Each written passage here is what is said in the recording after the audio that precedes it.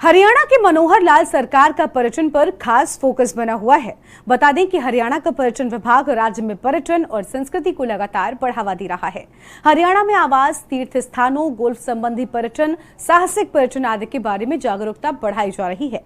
सूरज कुंड, शिल्प मेला, कैक्टस उद्यान, कुरुक्षेत्र सरोवर मंदिर आदि के बारे में पर्यटकों को आकर्षित किया जा रहा है।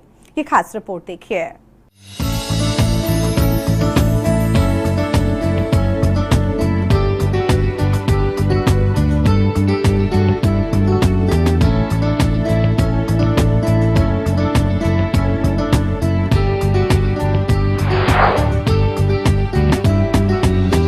मनोहर सरकार संस्कृति को बनाए रखने में सफल।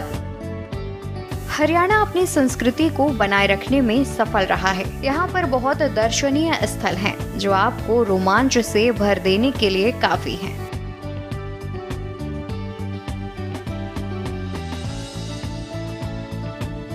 अगर हरियाणा घूमना चाहते हैं तो बहुत विकल्प हैं, जहां पर घूमने जाया जा सकता है। बहुत सारे तीर्थ स्थल, प्राचीन धरोहरें मौजूद हैं।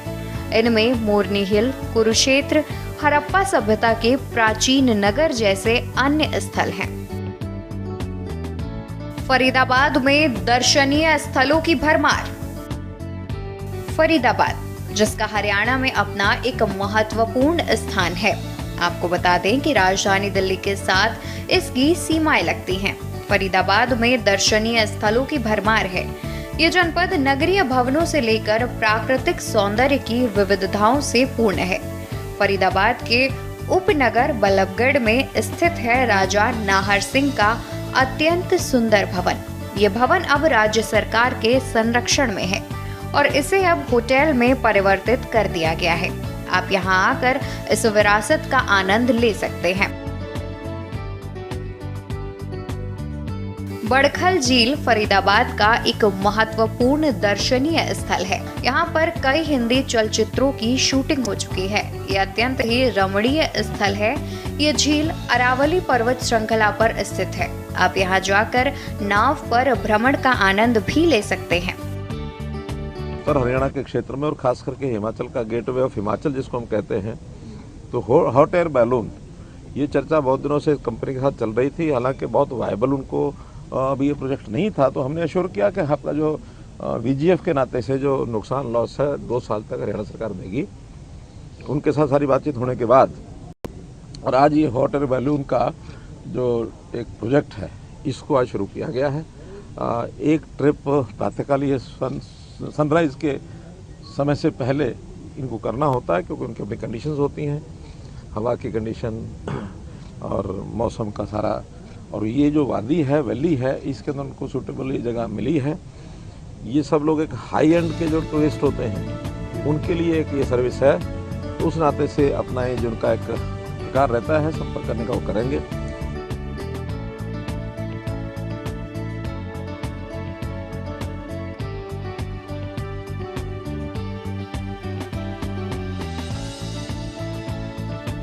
हरियाणा 3 तरफ से नई दिल्ली को घेरता है। उत्तर प्रदेश के साथ इसकी पूर्वी सीमा के साथ यमुना नदी बहती है। चंडीगढ़ की राज्य की राजधानी, जिसे वह पंजाब के साथ साझा करती है, अपनी आधुनिकतावादी संरचनाओं और स्विस वास्तुकार ले काबूसियर द्वारा बनाई गई ग्रिड जैसी स्ट्रीट लेआउट के लिए प्रसिद्ध है।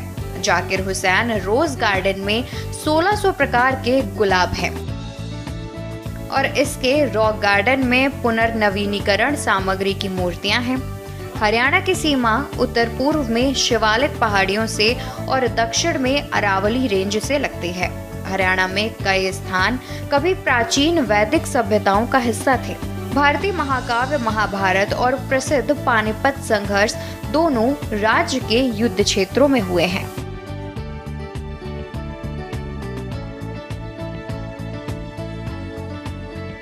तो इस हॉट एयर बैलून का जो कंट्रोल उनका अपना होता है, वो अप डाउन का तो रहता है, कितना ऊपर ले जाना है, कितना नीचे करना है। साइड में जो आते जाते इनको ट्रेवल करना होता है, वो विंड की दिशा में ही वो करते हैं।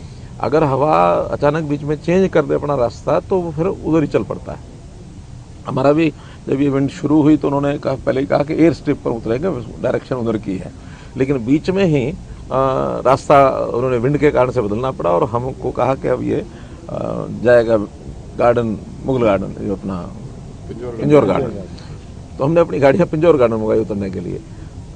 10 मिनट के बाद उनका अगर ये रास्ता फिर से हमारा उधर ही हो गया है, एयर स्ट्रिप की तरफ। तो लेकिन वो कुल मिला करके दोनों के बीच में हमें एक स्थान के ऊपर उतारा। इनको लैंडिंग और टेक ऑफ इनकी मास्टरी होती है, ठीक जगह पर लैंडिंग करते हैं, जहाँ खाली जगह उसके ऊपर लैंड कर लिया। और बहुत नीचे भी ले आते हैं, जब पेड़ों के साथ भी अच्छा बहुत से जानवर, जंगली जानवर वो हमको देखने को मिले और बहुत अच्छा एक दृश्य मिला। धरोहरों को संजोए रखने के प्रति सजगता। आपको बता दें कि हरियाणा की सांस्कृतिक धरोहरों को संजोए रखने और उसके साथ हरियाणा में पर्यटन को बढ़ावा मिले, इसके लिए सरकार लगातार काम कर रही है। हरियाणा में पर्यटन को बढ़ावा देने के लिए जितने भी पर्यटक और ऐतिहासिक स्थल हैं, उन्हें सुसज्जित किया जा रहा है। उनके साहित्य पर डॉक्यूमेंट्री फिल्म बनाई जा रही है ताकि बाहर से घूमने आने वालों को उन स्थलों की पूरी जानकारी मिल सके। दरअसल हरियाणा में बहुत सारी जगह हैं जो पर्यटन की दृष्टि से काफी अच्छी हैं, लेकिन उसकी जानकारी न होने के चलते लोग नहीं आ पाते। इसलिए अब इस पर काम किया जा रहा है।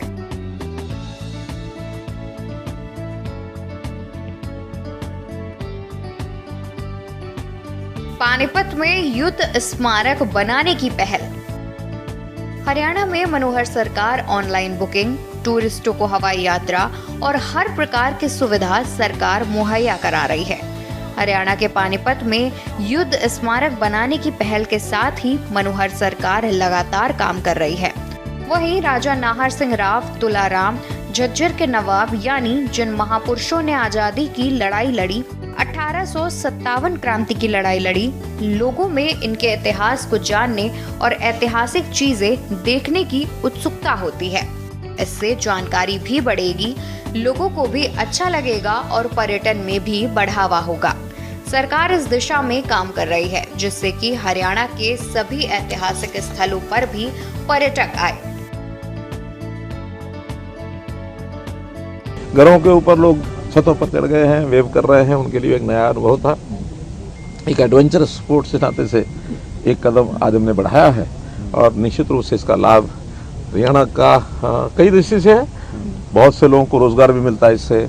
कुछ जो हाई एंड टूरिस्ट हैं उनको इसमें चढ़ने के बाद आनंद भी मिलता है। और अब ये लगातार 2 साल तक अब चलेगी। हमने इसमें 72 लाख रुपया VGF 2 साल के लिए 1000 रुपया पर ट्रिप का पर पर्सन, ये इनका भी जो टिकट का चार्जेस है। जैसे मैंने बताया बड़ा हाई एंड का है ये, लेकिन जिन लोगों को जो कैपेबल हैं इस बात के, जो जिनकी पॉकेट दे सकती है, वो अपना चलेंगे, चढ़ेंगे।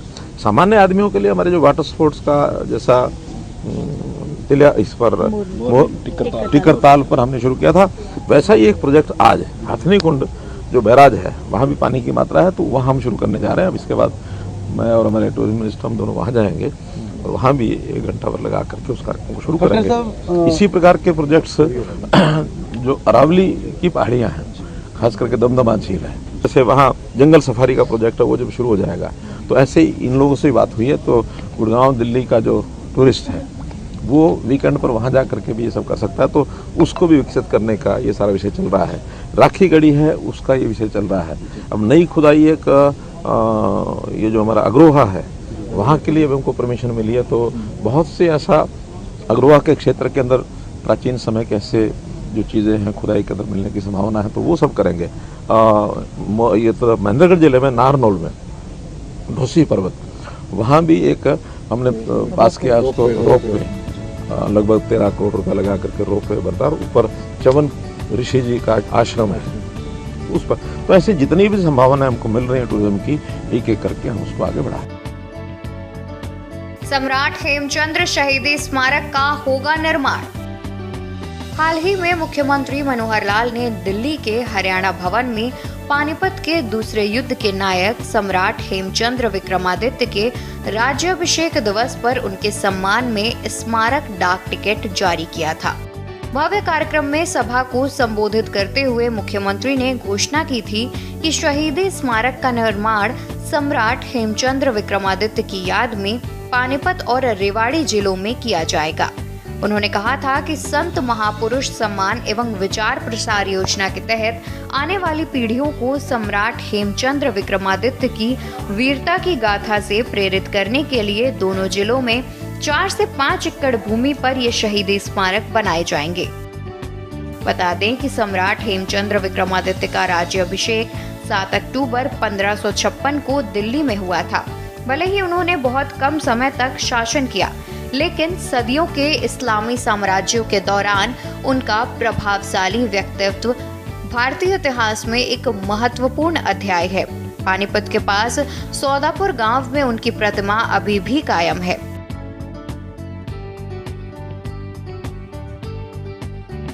वहीं आपको बता दें कि केंद्रीय संचार राज्य मंत्री देवुसिंह चौहान ने संतों और महान विभूतियों के विचारों को बढ़ावा देने के लिए संत महापुरुष सम्मान और विचार प्रसार योजना शुरू करने के लिए मनोहर लाल के नेतृत्व वाली हरियाणा सरकार की सराहना की थी।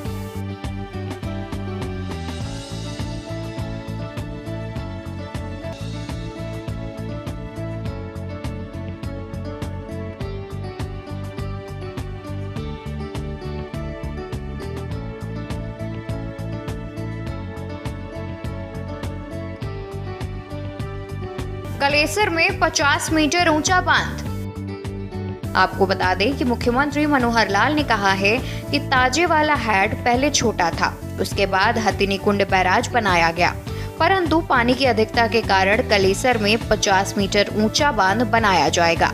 इस बांध से हरियाणा, हिमाचल, उत्तराखंड और उत्तर प्रदेश के लोगों को सीधा लाभ मिलेगा।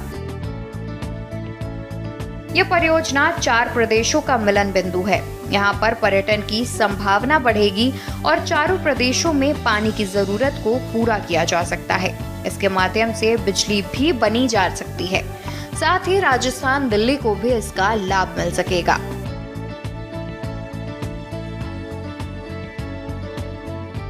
हथिनी कुंड बैराज में बोटिंग का लुत्फ।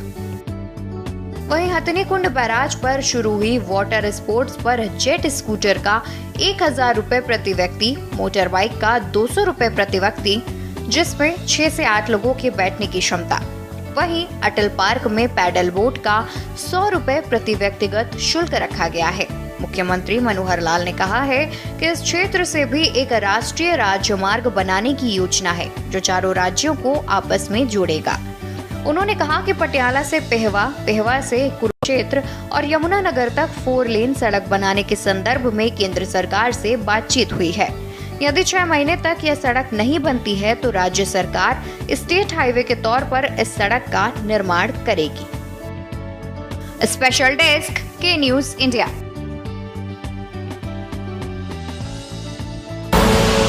आप देख रहे हैं के न्यूज, खबरों का सारथी।